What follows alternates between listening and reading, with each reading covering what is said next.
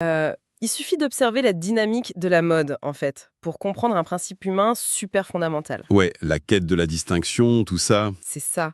On a d'un côté la haute couture, des pièces inaccessibles, exclusives, cousues main. Hmm. Et puis, inévitablement, il y a la fast fashion, la mode éphémère qui s'empare de ces mêmes tendances, qui les copie et qui inonde le marché à une fraction du prix. C'est un cycle éternel au final. Totalement. Mais que se passe-t-il quand l'élite décide que les sacs à main de créateurs, les montres suisses ou les voitures de sport, ça ne suffit plus pour se démarquer? Quand la matière ne fait plus le poids. Exactement. Que se passe-t-il quand la marque ultime de richesse et de statut devient une idée? C'est la question au cœur de notre exploration d'aujourd'hui. Un sujet passionnant pour ceux qui nous écoutent. Grave. On va plonger dans les recherches du sociologue Rob Henderson, et plus particulièrement dans son analyse parue dans le New York Post. L'idée de cette plongée, c'est de comprendre comment des opinions radicales sont devenues genre la nouvelle Rolex. Ouais, et pour bien comprendre ce basculement, il faut faire un petit détour par la psychologie humaine. La quête de statut, c'est pas juste un caprice de vanité. Non, c'est plus profond que ça. Exactement, c'est un besoin évolutif profond. Les recherches en psychologie sociale le démontrent de manière constante. Le respect, l'admiration et la validation de nos pairs sont des moteurs bien plus puissants pour notre bien-être que l'accumulation d'argent pur et simple. L'argent n'est qu'un moyen au final. Voilà. Ce besoin viscéral de se sentir au-dessus de la mêlée, d'appartenir à la tribu des puissants, ça ne disparaît jamais. Par contre, les symboles qui déclenchent cette validation, eux, ils changent avec le temps. Et ce basculement, il est d'autant plus logique quand on regarde l'évolution de notre économie en fait. C'est clair. Historiquement, on affichait son appartenance à l'élite avec des biens matériels très clairs.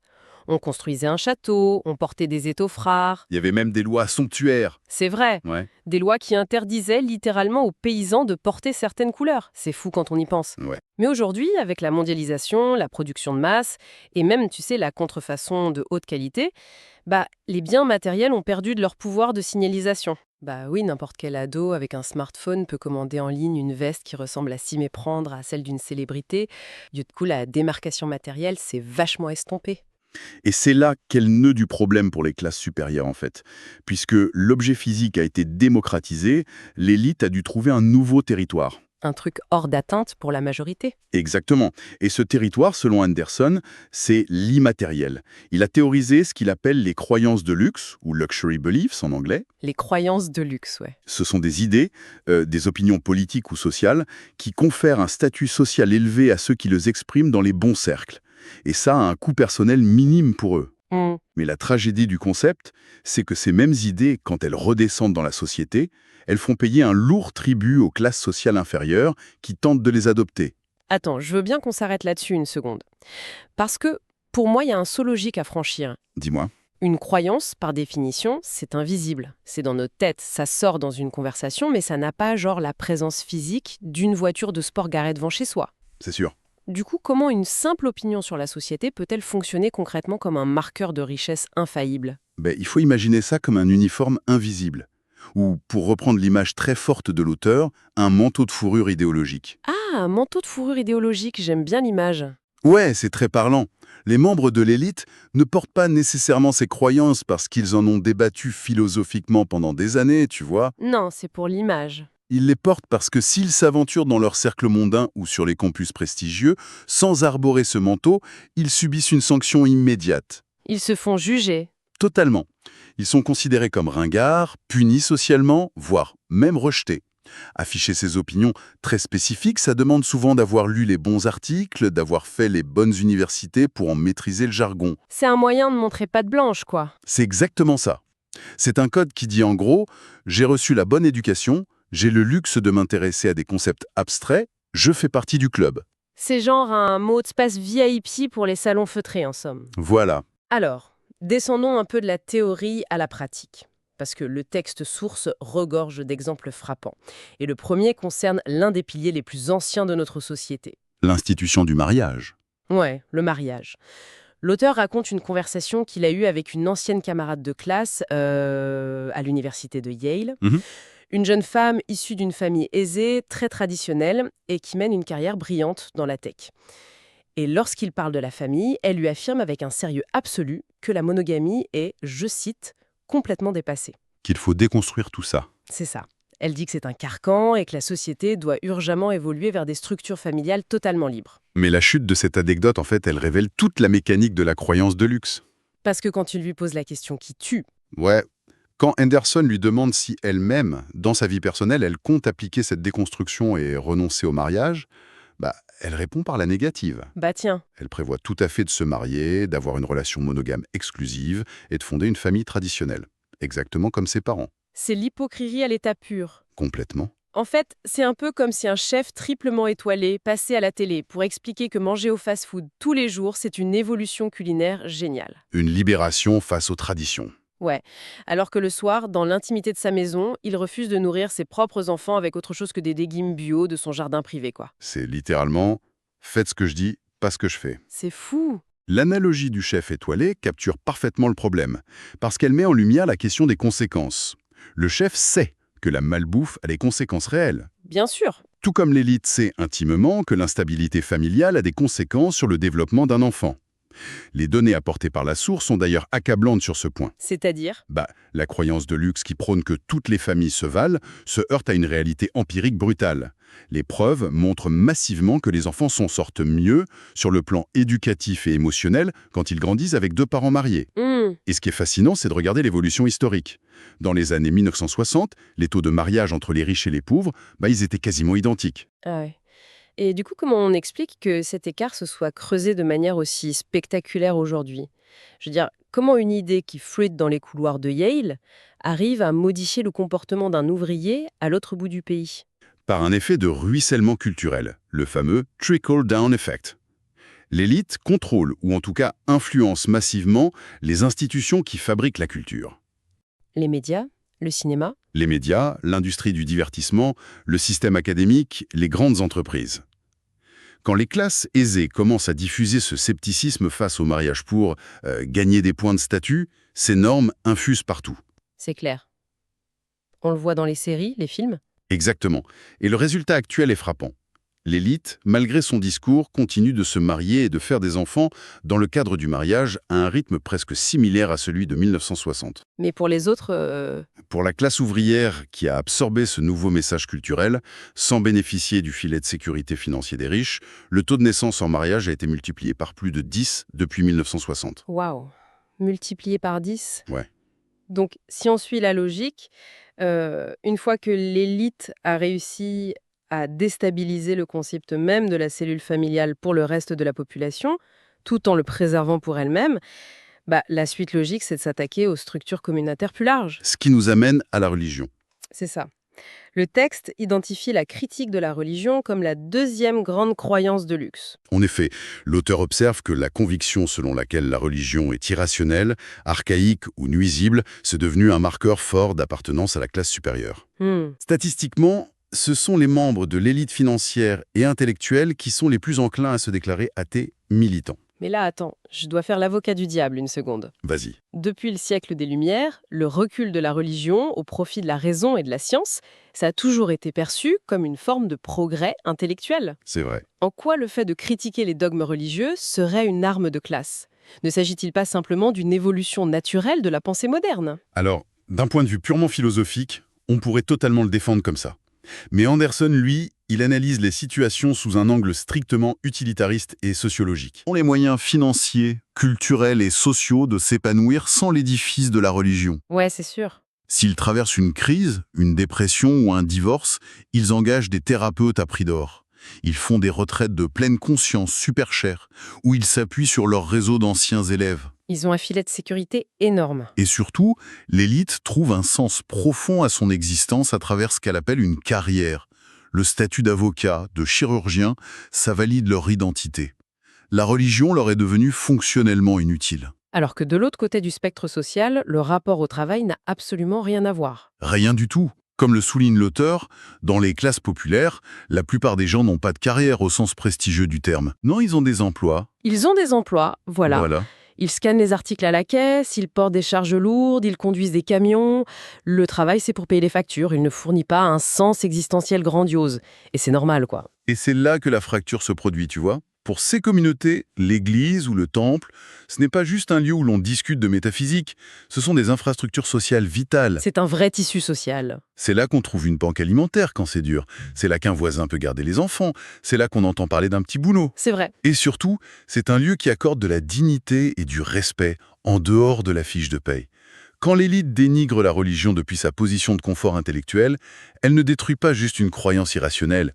Elle attaque la communauté. Elle attaque le seul filet de sécurité qui reste aux plus vulnérables, sans rien proposer pour le remplacer. C'est vertigineux de réaliser cette déconnexion. Pour un cadre supérieur, se proclamer athée militant, c'est juste un moyen de briller dans un dîner mondain et de libérer son dimanche matin pour faire un brunch. Ça lui coûte rien. Strictement rien. Mais si un travailleur précaire adopte la même posture et quitte sa communauté religieuse, il s'isole complètement. Totalement. Donc ils ont déconstruit la famille, ils ont déconstruit la communauté, et du coup ça nous amène à la façon dont l'élite déconstruit l'individu lui-même, particulièrement la notion de mérite. Ah oui, la fameuse comédie de la fausse modestie. Le débat entre la chance et l'effort. C'est l'une des observations les plus poignantes de Henderson, je trouve. Je suis d'accord. Travail acharné, la volonté, ça pèse presque rien face aux forces sociales aléatoires, face à la loterie de la naissance. En gros, la réussite, ce serait qu'une question de chance. Et Henderson a vu cette croyance proliférer parmi ses pairs quand il étudiait dans les universités ultra-élitistes, comme Yale et Cambridge. Ouais, où les étudiants bossent comme des fous pourtant. Les étudiants de ces institutions y travaillent comme des forcenés. La pression est écrasante, la compétition est féroce, et pourtant en public, ils minimisent constamment leur ténacité. Ils disent quoi, genre? Ils disent tous un truc du style « Ah, tu sais, j'ai juste eu beaucoup de chance, je me suis laissé porter, je mérite pas vraiment d'être là. Attends, là encore, je vais bloquer sur ce point. Parce que j'ai l'impression que c'est plutôt une bonne chose, non? » Ah oui, Personnellement, je préfère 1000 fois un diplômé de Yale qui admet avec humilité qu'il a bénéficié de circonstances favorables, plutôt qu'un mec arrogant qui prétend s'être fait tout seul en oubliant tous ses privilèges de naissance. Admettre la part de chance, c'est de l'empathie, non? Ça évite l'arrogance. Pourquoi l'auteur trouve ça toxique? parce que cette fausse modestie engendre un fatalisme destructeur, en fait. Pour comprendre, il faut regarder le parcours très atypique de Rob Henderson. Ouais, il n'a pas un profil classique. Pas du tout. Avant d'intégrer Yale, il n'a pas grandi dans les beaux quartiers. Il a grandi dans le système des familles d'accueil, le foster care aux États-Unis, et ensuite il a fait l'armée. D'accord. Dans ces milieux de grande précarité, l'effort et la discipline personnelle sont littéralement perçus comme la seule porte de sortie. Ce que Henderson réalise, c'est que lorsque l'élite diffuse ce discours public selon lequel l'effort ne sert à rien, que tout est une question de chance, elle se protège de la concurrence. Ah, je vois le piège. C'est un mécanisme de défense de classe redoutable, en fait. C'est sournois, ouais. En gros, ça leur permet de paraître incroyablement vertueux et humbles aux yeux du monde, mais le dommage collatéral, c'est que si un gamin placé en famille d'accueil entend toute la journée l'élite répéter que le système est une loterie, Que ses choix personnels n'ont aucun impact, voilà, il va tout simplement baisser les bras. Pourquoi s'infliger des heures de révision si le jeu est truqué d'avance? exactement. C'est le coût caché de cette croyance. Si les personnes défavorisées intériorisent le fait que l'effort est inutile, elles cessent d'essayer. C'est terrible. Et qui en bénéficie, au final? L'élite, qui voit la compétition venue d'en bas s'évaporer, ils tirent l'échelle derrière eux après être montés, tout en criant à ceux qui sont en bas que l'échelle n'a jamais existé. C'est machiavélique, franchement. On enlève la famille, la communauté, la valeur de l'effort individuel. Il ne reste plus qu'un seul grand sujet abordé par l'auteur, et c'est sans doute le marqueur de statut ultime de notre époque. Henderson s'aventure ici sur un terrain extrêmement débattu, la question de la race et du privilège. Un terrain glissant. Très glissant. Je veux d'ailleurs faire une petite pause ici pour préciser quelque chose de super important pour ceux qui nous écoutent. C'est essentiel, oui. On aborde un sujet politiquement très chargé. Notre but n'est absolument pas de prendre parti, ni de valider ou d'invalider ses propos. On se contente d'analyser rigoureusement la grille de lecture de l'auteur dans son article. Totalement. C'est une analyse sociologique, on rapporte ses observations de manière neutre. Voilà. Et selon Henderson, le concept même de privilège blanc fonctionne aujourd'hui comme une croyance de luxe. C'est un point qu'il admet avoir eu des mal à cerner au début, précisément parce qu'il a grandi entouré de personnes blanches vivant sous le seuil de pauvreté. Dans des foyers ravagés par l'addiction, ouais. Son analyse repose sur des données comparatives complexes. Il cite des statistiques américaines montrant que, de nos jours, certains groupes démographiques, notamment les Américains d'origine asiatique, sont en moyenne plus instruits, génèrent des revenus plus élevés par foyer et ont une espérance de vie significativement plus longue que la moyenne des Américains blancs. D'accord. Face à cette réalité statistique, il s'interroge sur la fonction que remplit le discours de l'élite lorsqu'elle affirme que toutes les disparités proviennent d'avantages inhérents à la couleur de peau blanche. Ce qui est mis en lumière dans l'article, c'est que l'enthousiasme pour cette notion de privilège n'est pas du tout réparti uniformément. Ce sont les personnes blanches, issues des milieux les plus aisés et les plus diplômés, qui sont les plus promptes à dénoncer publiquement leurs propres privilèges. Ouais, c'est ce qu'il observe sur les campus. Mais là, j'ai besoin qu'on éclaire un paradoxe. Comment le fait de s'auto-critiquer publiquement, d'admettre qu'on bénéficie d'un avantage injuste, comment ça peut élever notre statut social? C'est contre-intuitif. Bah oui, logiquement. Avouer qu'on ne mérite pas complètement sa place, ça devrait faire baisser notre statut, non? Dans une logique classique, oui. Mais dans l'économie des croyances de luxe, c'est l'inverse qui se produit. Henderson explique que cette confession publique agit comme une forme de sophistication morale suprême. De la sophistication morale. Exactement. En parlant constamment de leurs privilèges, les membres de l'élite attirent habilement l'attention sur leur position dominante. Le sous-texte, en fait, c'est « je suis tellement éduqué, je suis tellement en sécurité au sommet de la pyramide que j'ai la grandeur d'âme de reconnaître ma dominance ». Ah, je vois. C'est une façon de signaler sa richesse culturelle, quoi. Il transforme la culpabilité en un signe extérieur de richesse intellectuelle. Son privilège ne va pas démissionner pour autant. Il garde son compte en banque. Non, ça ne change rien pour lui. Mais alors, qui paye la facture de cette croyance dans l'irréalité? Selon les observations de l'auteur, la facture est payée par les personnes au bas de l'échelle sociale. Comment ça? Lorsque cette grille de lecture se transforme en politique publique qui part du principe que toute personne blanche possède un avantage magique, ce sont les blancs issus des classes pauvres et ouvrières qui en subissent les conséquences. Il passe à travers les mailles du filet. Exactement. Ils se retrouvent pénalisés ou ignorés par des systèmes d'aide alors que leur réalité quotidienne est faite de désindustrialisation et d'absence d'opportunités. Le discours de l'élite invisibilise totalement leur précarité de classe.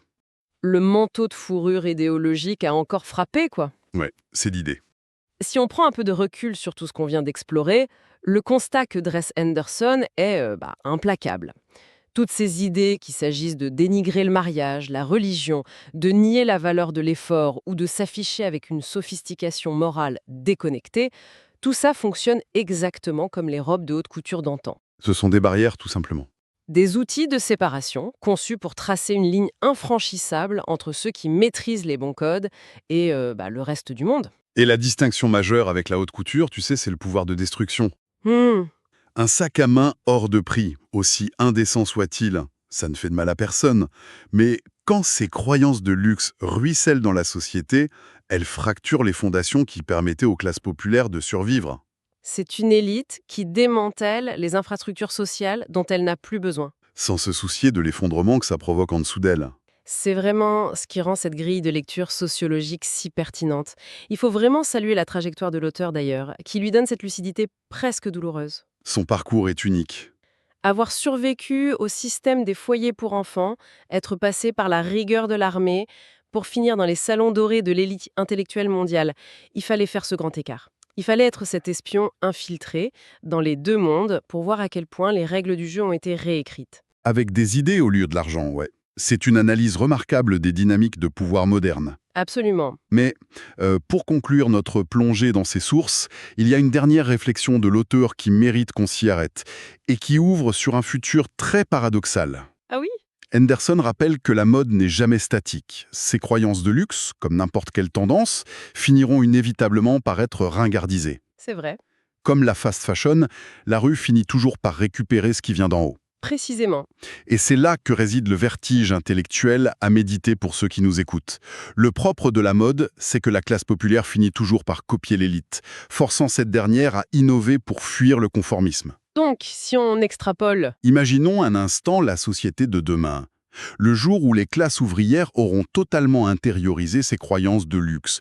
Le jour où le rejet de la famille, le fatalisme absolu et l'athéisme deviendront la norme banale de monsieur et madame tout le monde.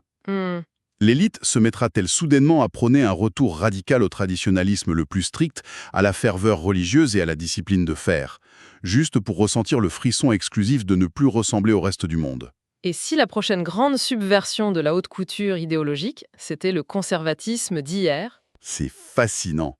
Merci beaucoup d'avoir décortiqué tout ça avec moi aujourd'hui.